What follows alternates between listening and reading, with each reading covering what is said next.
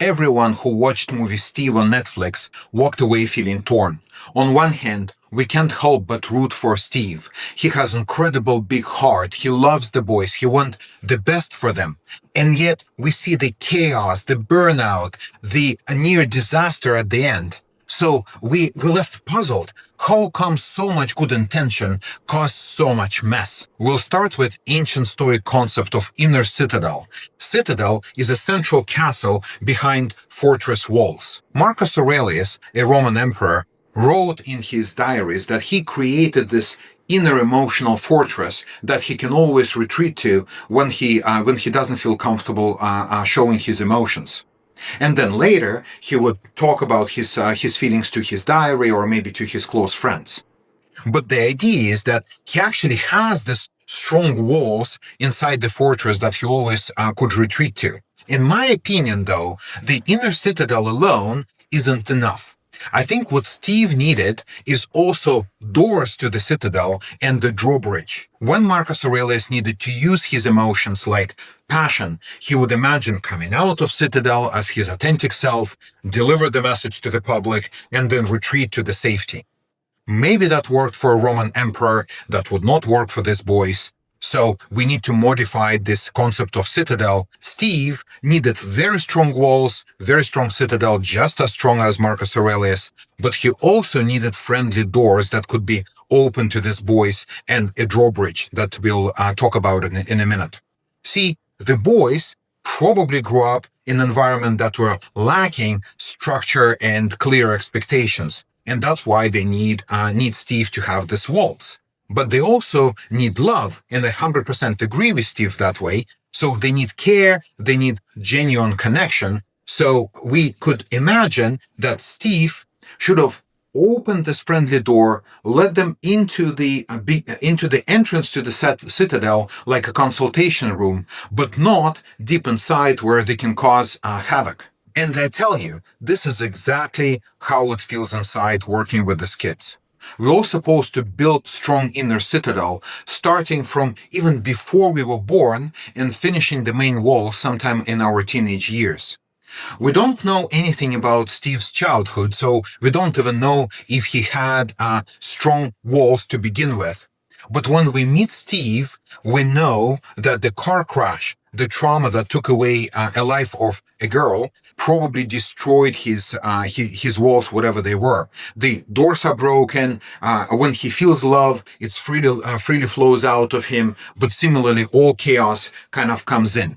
Steve struggles to maintain consistent rules because he doesn't have strong walls himself. Steve operates from very common misconception that to change our lives, we need to meet the right person. And he tries to be that person. He tries to save everyone around him. So he's trying to be a therapist, a friend, and a parent to the boys. At the same time, he tries to manage the school and support his staff. Of course, he's burnt out and overwhelmed, and things start falling apart. We learn that most likely reason why he's doing this is so-called pathological altruism. That is, when he was traumatized, when he had a horrible car crash, they mentioned, and it sounds as if a girl was killed in that car crash. He couldn't save her. Now, in his fantasy, he actually tries to save other people around him. In a way, he's externalizing his feelings instead of actually looking inside and deal with his own trauma, as his friend Amanda suggested he should.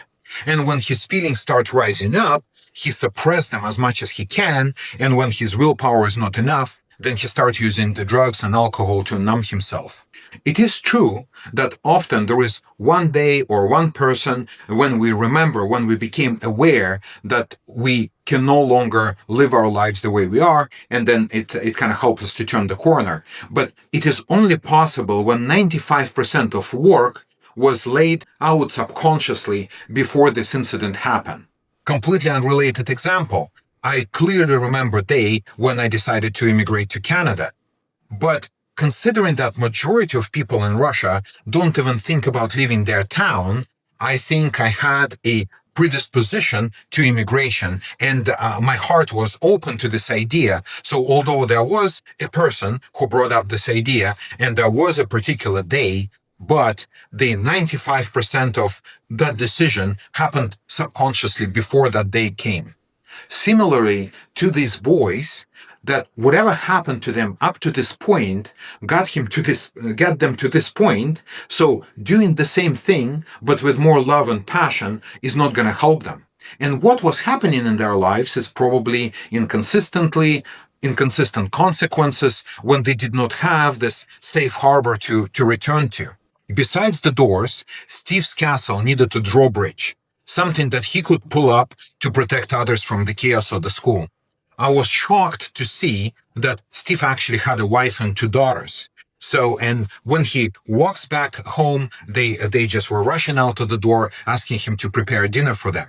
But instead, he grabbed a bottle of whiskey and climbed up to the attic, presumably looking for his stash of oxycodone.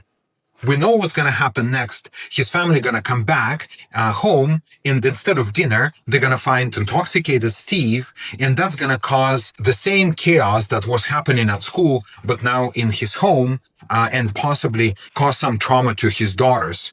So essentially, without this drawbridge, he brings his emotions from very stressful, chaotic environment of the school back home, causing the same exact mess there. Towards the end of the movie, we see near tragedy because Steve relapsed on drugs. In his intoxicated state, he establishes a spiritual connection with Shai that saved his life. Although I'm not expert in spirituality, I can imagine that without protection of strong walls of inner Citadel, it is probably easier to establish soul-to-soul connection with another human being. But this video is not about negligence that helped Steve to save a life. It is about helping broken boys to grow into strong men. Movie Steve is a very powerful lesson to all of us. Before we help others, we have to build our own inner citadel. And if something happened that crumbled our walls, like Steve's car crash that killed someone, it is possible to rebuild the walls. It may seem very hard and it's scary to face our own emotions, but I have seen it happening with my own eyes. So, thank you very much for watching. Subscribe to our newsletter. The link is below, and come back for more. Bye-bye.